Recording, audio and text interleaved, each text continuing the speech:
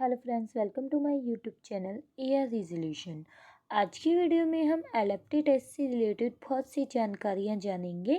But उसमें सबसे पहले हम एलएफटी क्या है वह जानने से पहले यह जान लेते हैं एलएफटी टेस्ट कराया क्यों जाता है। तो एलएफटी टेस्ट आपका लीवर के लिए कराया जाता है।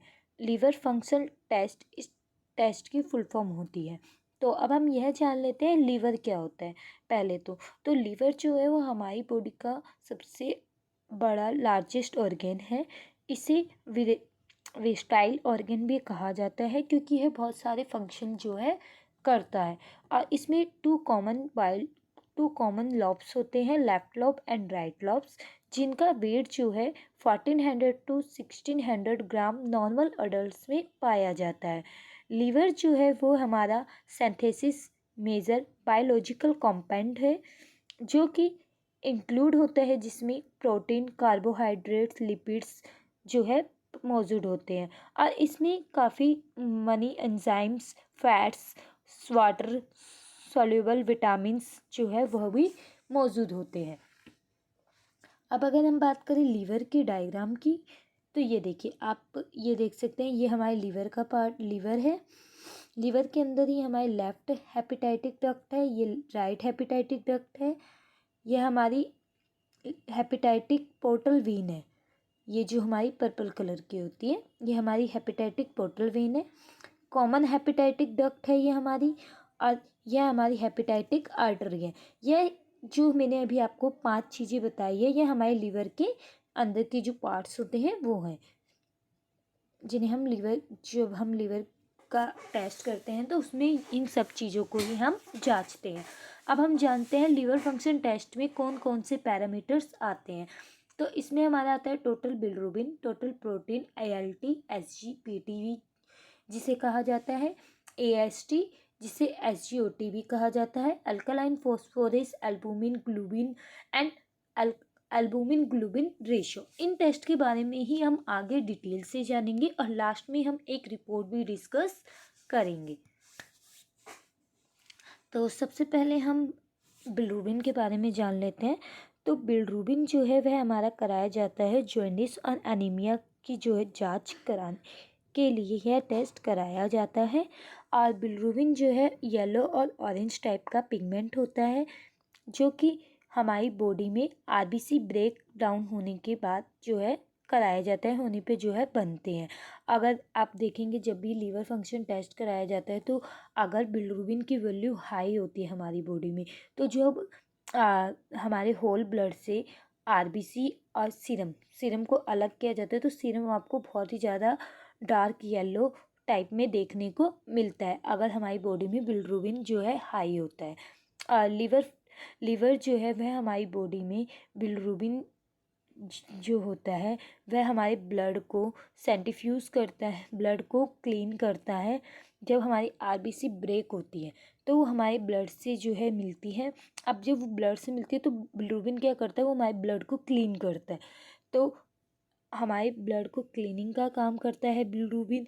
और बिलिरुबिन हाई देखने को मिलता है जब अगर हमारी बॉडी में बहुत ही ज़्यादा आरबीसी प्रोड्यूस हो रही हो, या फिर अगर मान लीजिए आरबीसी तो हमारी बॉडी में नॉर्मली प्रोड्यूस हो रही है बट लीवर जो है वो अपना प्रॉपर वर्क नहीं कर रहा है, या बिलिरुबिन जो है वो प्रॉपर वर्क नहीं हो पा रही है, बिलिरुबिन जो है प्रॉपर क्लीनिंग नहीं कर रहा है, तो उस कंडीशन में भी बिलिरुबिन जो है हमारी बॉडी में हाई देखने को मिल सकता है अगर लीवर जो है प्रॉपर वर्क नहीं कर रहा होगा।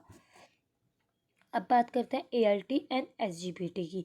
ALT एंड SGPT या फिर AST और SGOT, यह टेस्ट हमारे ज़्यादातर कराए जाते हैं जब भी लीवर से रिलेटेड डॉक्टर को टेस्ट कराने होते हैं। इसे अमीनो ट्रांसफर्स टेस्ट भी कहा जाता है इन दोनों टेस्टों को।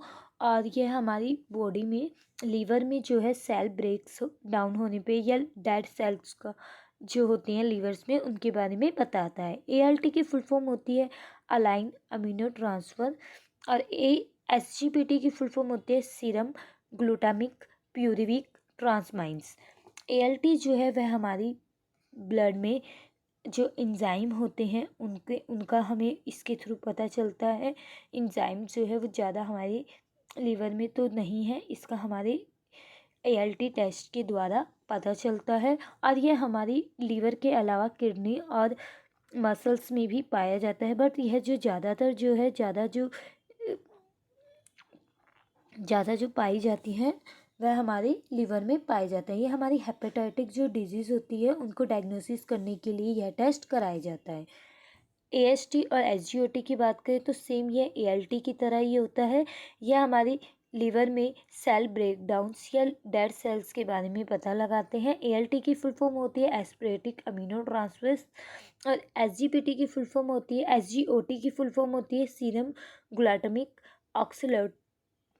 ऑक्सलोएसिटिक ट्रांसमाइंस। AST जो है वो हमारी हार्ट में जो है वह स्पेशली जो टिश्यूज होते हैं उनमें, लीवर में या स्केलेटन मसल्स में जो है हमारे जो क्रॉनिक डिजीज़ या एक्वाटिक स्टेज की जो लीवर की स्टेज होती है उसका पता लगाने के लिए भी यह कराया जाता है।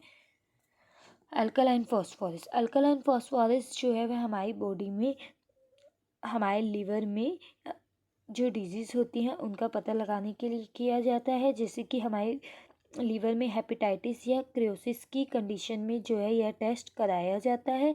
यह हमारी बॉडी में हाई देखने को मिलता है। लीवर में जो है अगर काफ़ी ज़्यादा हेपेटाइटिस या क्रियोसिस डिजीज़ है तो अल्कलाइन फॉस्फोरस की वैल्यू हाई देखने को मिल सकती है। अगर हेपेटाइटिस या क्रियोसिस है तो अल्कलाइन फॉस्फोरस की वैल्यू जो है वो हाई देखने को मिल सकती है। लेकिन अगर किसी पेशेंट के कॉमन बाइल डक्ट में जो है स्टोन है तो उस कंडीशन में यह इस पैरामीटर की वैल्यू ज़्यादातर हाई देखने को मिलती है। अब बात करते हैं टोटल प्रोटीन या एल्बुमिन की। तो टोटल प्रोटीन जो है वह हमारी बॉडी में प्रोड्यूस होती है लीवर के थ्रू, और यह अगर हम इस टोटल प्रोटीन में से एल्बुमिन को माइनस कर देते हैं तो हमारी ग्लोबिन की वैल्यू निकल जाती है। और एल्बुमिन और ग्लोबुलाइन को डिवाइड करने पे हमारी एल्बुमिन ग्लोबुलाइन रेशियो जो है हमें प्राप्त होती है। अब हम एक रिपोर्ट डिस्कस करते हैं। इस पेशेंट की सीरम बिलिरुबिन की वैल्यू आई है, नॉर्मल वैल्यू होती है 0.0 से 1.20 के बीच में। इस पेशेंट की वैल्यू आई है 0.95। सीरम डायरेक्ट की नॉर्मल वैल्यू होती है 0.0 से 0.25। इस पेशेंट की है 0.30। जैसे कि मैंने आगे ही बताया था बिलिरुबिन जो है वह अनीमिया या जॉन्डिस के कंडीशन में कराया जाता है। तो इस पेशेंट की बॉडी में नॉर्मली थोड़ा सा ही बिल्कुल जो है इन्फेक्शन वगैरह हो सकता है, जो कि मेडिसिन वगैरह लेने से ठीक हो सकता है। Serum bilirubin indirect normal value होती है 0.0 से 0.75 के बीच में। इस पेशेंट की वैल्यू आई है 0.65। SGOT होता है 0.0 से 4.0 के बीच में। इस पेशेंट की वैल्यू आई है 25.04।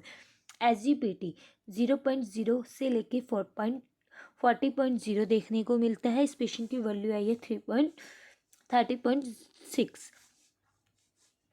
Serum alkaline phosphorus normal value होती है 0.1 से 240 के बीच में। इस पेशेंट की वैल्यू आई है 234.0।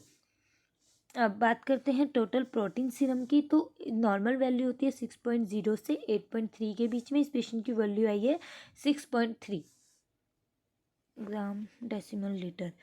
सीरम एल्बुमिन की बात करें तो नॉर्मल वैल्यू होती है 3.5 से 5.2 के बीच में। इस पेशेंट की वैल्यू आई है 5.0। सीरम ग्लोबिन 2.3 से 3.5 के बीच में होनी चाहिए। इस पेशेंट की नॉर्मल वैल्यू आई है 2.3।